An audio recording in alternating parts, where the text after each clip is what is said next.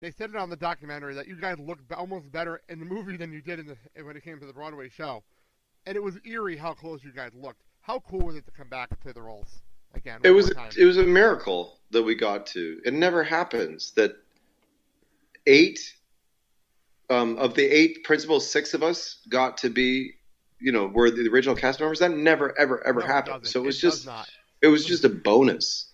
And then it was, it's a great group of people. We worked really well together. We worked really hard, and we brought our hearts and souls to it. And I don't think it's a perfect film by any means, but I think it does capture the spirit of the piece. And I know because people told me that it's been an introduction to many people of the show, and then they go seek out the show. True. Which Actually, it's the true. theater, the musical in theater world Form. in the theater Yeah. is the purest expression of the show. That's what Jonathan wrote. But I think as a film, I think it's certainly a worthy adaptation. It's true, actually, about the movie because I know it came here about the national tour came back to Milwaukee. People are like, I went to go see it because I love the movie so much. So you're absolutely right about that. And people on here tell me that all the time. What's a fantastic musical? Like you put it on paper, and we were just talking about great musicals on the podcast, and me and my co-host both put it in our top five of the best movie musicals ever made, which is probably a big compliment because I put it up there with like a West Side Story and stuff like that as some of the best musicals ever made. I agree with you. I mean, I'm not saying because I'm in it, because like I think I would feel that way if I just went to see it or listen to it. I really do. Yeah, Because I mean, I've seen it many times over the years. true. Very, very And true. even when it's not in a great production, even when all the actors aren't great, there still is an undeniable power to the music and to the story and to the world, and there's a life force in it that's beautiful, and that I will always stand for and believe in. Okay, this wasn't on my notes, but I have to ask: what was your favorite song for yourself in Brent Run? Your favorite song to do? To sing Yes. what you own. What you own? Oh, that's one of my favorites too. It's one of my personal favorites. All seriousness, I actually got to see you guys when you did the Today Show right before the movie got announced. Oh yeah, I got to see that. You and Adam performed that on at the Today yeah, Show. yeah. That was fun. Yeah. What was? I always wanted to know the outdoor performances like that. I know you did that. You did. I remember you guys did an old Macy's fireworks spectacular back when the thing Yeah, first came out. How much fun are the outdoor performances? Because it has to be wild to do. yeah, I like doing outdoor performances. I mean, the key is to get good sound for us to be able to hear ourselves or hear the music, and in those kinds of venues, we did. Yeah, it's great to have like the wind blowing through your hair and feeling feeling sunlight or moonlight while you're singing. It's a really lovely experience. Yeah. And one other thing when it comes to Rent, I was also going through YouTube. I get bored sometimes, and I'm on YouTube and I watched the Rent Tony performance, which I actually hadn't seen in a very long time.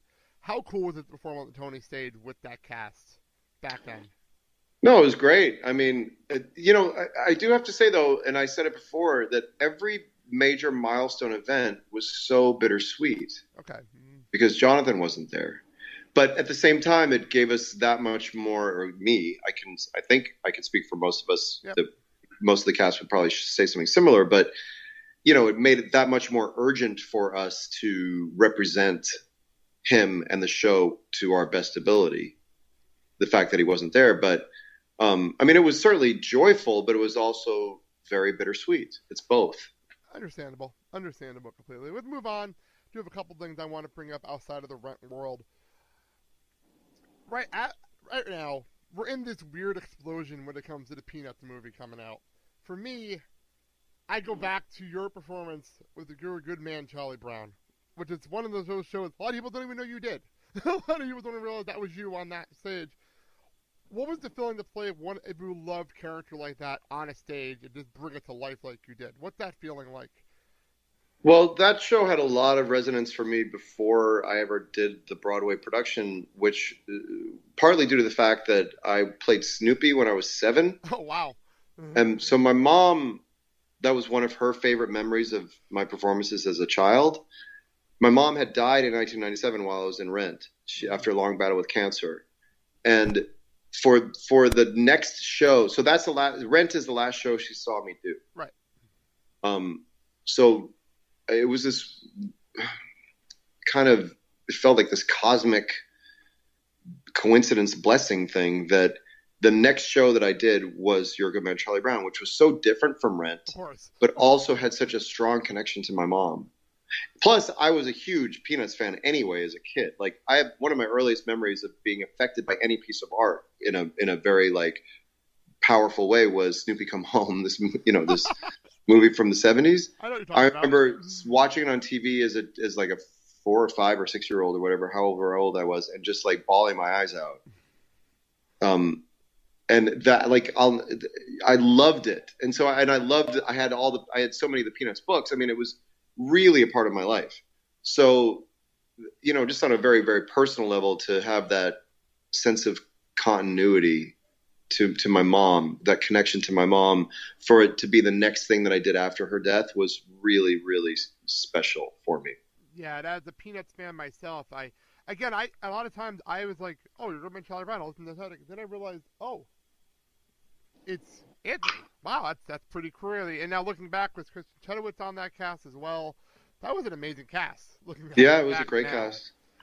And it was a really wonderful experience. It was, we worked very well together. We worked really hard on it to, bring all of the joy and heartbreak and humor out of it that we could.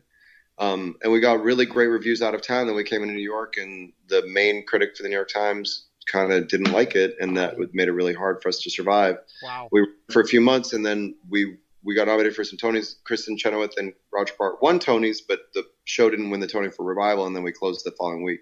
Wow, that's crazy.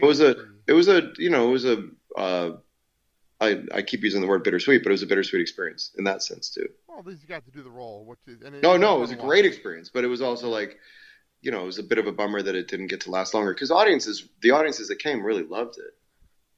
Yeah, I know the soundtrack's fantastic, and that's how I know it, is through the soundtrack, and I listen to it a lot. Because I know, like, You're a Good Man, Charlie Brown is just one of my cheer-up songs, the first song. It's just one of my cheer-up songs all the time. I love that song so much.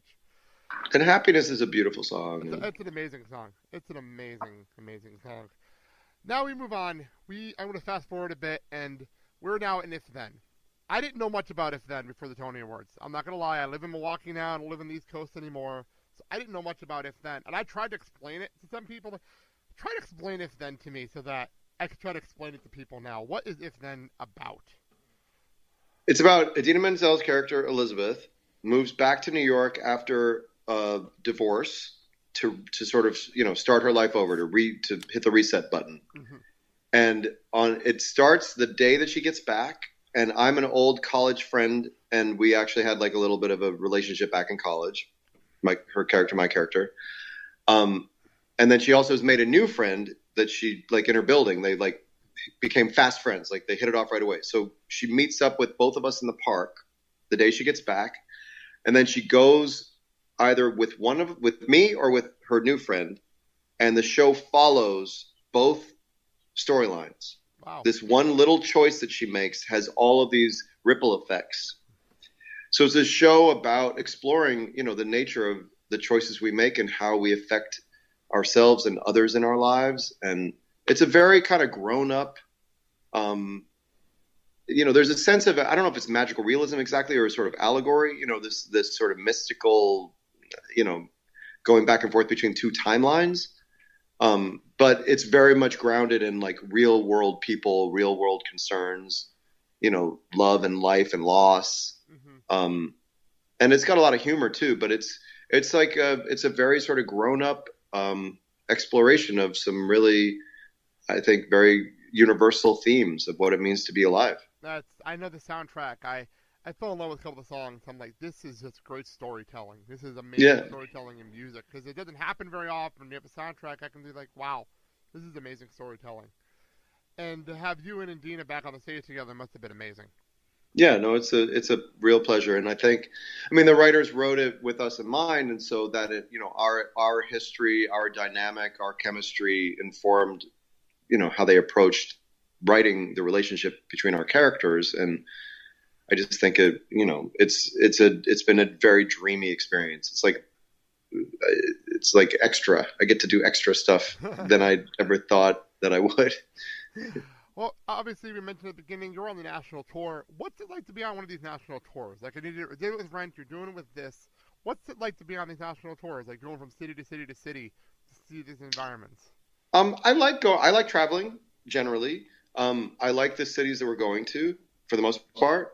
And when we're in the cities, there's really good people on this tour, like meaning good quality people, not just talented people, but Right. like pleasant and fun and easygoing and appreciative of culture and food and all the things you get to do when you travel. So it's a nice blend of work and play.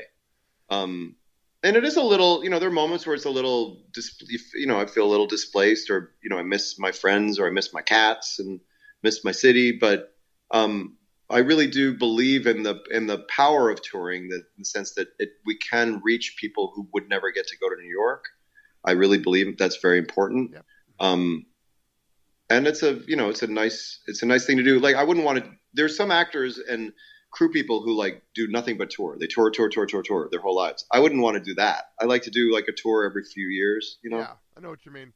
And I know you're going to be in Chicago. Actually, I know with it then soon. I was looking at the list and not coming to Milwaukee. Damn it! I would have loved to have gone if it was coming here. But being in Chicago, doing the show in Chicago, more of an adult kind of a show. How's that going to work for you? Is it going to be emotional for you to do this kind of a show in Chicago again, back home?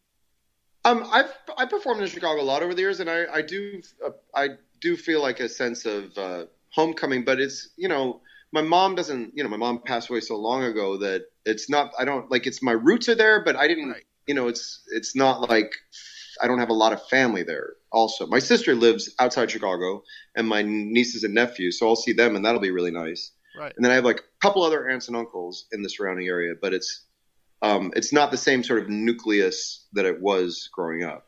Do you consider yourself more a New Yorker now? Because Yes. everybody's based in New York. I'm profoundly a New Yorker, although I'm still a major Chicago Cubs fan. I gotcha. I won't say anything about the Mets then. Um, No, you can talk. I mean, as a New Yorker, I also have affection for the Mets, but the Cubs are my team. makes sense. I'm from New Jersey, so I like to joke around a lot of times. Yeah, I'm like a Giants fan that moved to Wisconsin, so it's for me. I understand the displacement of your hometown team. Trust me, I fully get it. Yes. So I just got a text message from my best friend Scotty. I said I was talking to you, and he wanted to make sure before we wrap things up here, I asked you about your role in Road Trip, because apparently that's how he knows you. What were your thoughts on that role? Because apparently that's how he knows you. And I had a really, really, really good time doing that film. I like doing comedy stuff, especially silly comedy stuff. I don't get to do a lot of that in a lot of my work. I'm generally playing sort of like serious or intellectual people, which I like too. But it was really fun to do something goofy. That's fun. That's cool. And he was just bugging me to make sure I asked you about that. That's one of the ones that I get. I mean, it's funny when I get recognized. I don't get recognized a lot, but I get recognized a fair amount, and I can usually kind of tell because sometimes people recognize me, but they're not sure from where. They're like, "What do I know you from?" And then I usually make them squirm a little bit, because it's no fun for me to just tell. But a lot of times I could call it like, that's a person who's going to recognize me from Road Trip, or that's a person who's going to recognize me from Rent, or That makes sometimes sense. I'm surprised. That makes sense. All right. I just want to get a quick plug in because we do have an Amazon link on our page. If you want to read more of an Anthony story, because I've read your book, I've read your memoir. I think it's a great read. Without you, Thank you. And it is available on Amazon. I just want to plug that because on the top of our BlakeHousehold.com, and it'll be the featured item when this goes up, so everyone can read your story, which I think is a very good read. I got through it pretty quick, and I don't read books really fast, so that says a lot. Well, thank you. That's an endorsement. Thank you. Big endorsement, because I have an autobiography sitting in my bag that I've been reading for 4 months, and I got through yours in a couple of weeks, so that says a lot. Wow.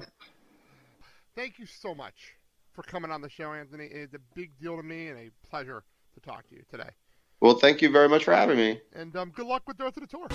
Thanks. No,